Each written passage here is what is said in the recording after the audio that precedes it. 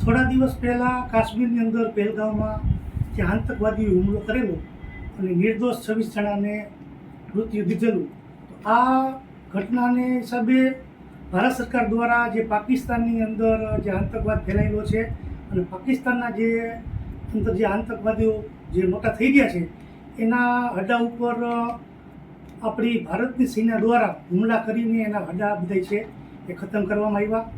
આ સમયગાળા દરમિયાન યુદ્ધનું નિર્માણ થયું.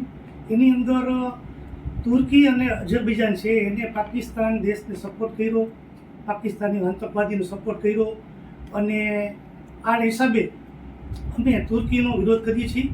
અઝરબૈજાન અને તુર્કી જે દેશ છે એ જો પાકિસ્તાન જેવા આતંકવાદી દેશને સપોર્ટ કરતા હોય તો અમે અત્યારે સિરામિક એસોસિએશન દ્વારા અમારા ઉદ્યોગકાર દ્વારા તુર્કીનો અમે બોયકોટ કરી છીએ.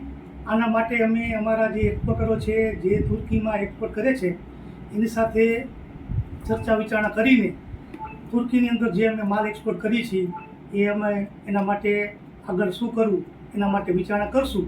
અને આ ઉપરાંત અમારા ઉદ્યોગકારો છે એ તુર્કીમાં અને અઝરબૈજાનની અંદર વિઝિટ કરતા હોય છે, પ્રવાસમાં જતા હોય છે. તો આ પ્રવાસ ઉપર પણ અમે બેન લગાવ્યો છે. અમારા કોઈ ઉદ્યોગકારો પ્રવાસ ત્યાં કરશે નહીં અને બોયકોટ કરેલું છે.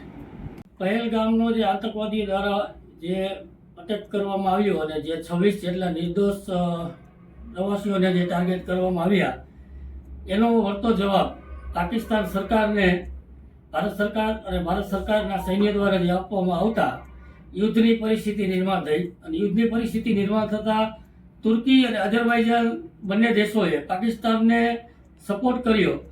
એ બદલને અમે એના એ નિર્ણયને અમે ખોળી કાઢીએ છીએ, નકારી કાઢીએ છીએ. એના અંતર્ગત અમે અત્યારે સિરામિક એસોસિએશન દ્વારા જે એક વિચારણા એવી કરી કે જે અત્યારે તુર્કી અને અઝરબૈજાનમાં અંદાજે વાર્ષિક 100 કરોડની જે નિકાસ થાય છે એ નિકાસ ઉપર અમે બોયકટ કરવાનું વિચાર કરીએ છીએ. અમારા એક્સપોર્ટરો સાથે ચર્ચા વિચારણા કરી અને આગળની કાર્યવાહી હાથ ધરવામાં આવશે. એનાથી મુશ્કેલીઓ કે જે અત્યારે જે ઇન્ડિયામાંથી એ લોકો મોરબીમાંથી સિરામિક ટાઇલ્સ જે અહીંયાથી જે એ લોકો ઇમ્પોર્ટ કરે છે એમાં થોડી ઘણી મુશ્કેલીઓ અને કદાચ ઊભી થઈ શકે. એવું તો ના કહી શકે સસ્તી છે, પણ સસ્તી અને સારી. આપણી જે અત્યારે ઇન્ડિયા સેકન્ડ લાર્જેસ્ટ આપણું જે મોરબી જે છે એ સેકન્ડ લાર્જેસ્ટ ક્લસ્ટર કહેવાય સિરામિક ઇન્ડસ્ટ્રીનું. તો એમાં આપણી એક ટાઇલ્સ અત્યારે જોવા જઈએ તો કમ્પેર ટુ ચાઇના સસ્તી અને સારી અને ફેસિલિટી વાઇઝ પણ આપણે લોકોને સારી એવી સગવડતાઓ બધી પૂરી પાડીએ છીએ. તો એના ઉપર એમને ક્યાંક ને ક્યાંક તકલીફ થઈ શકે છે.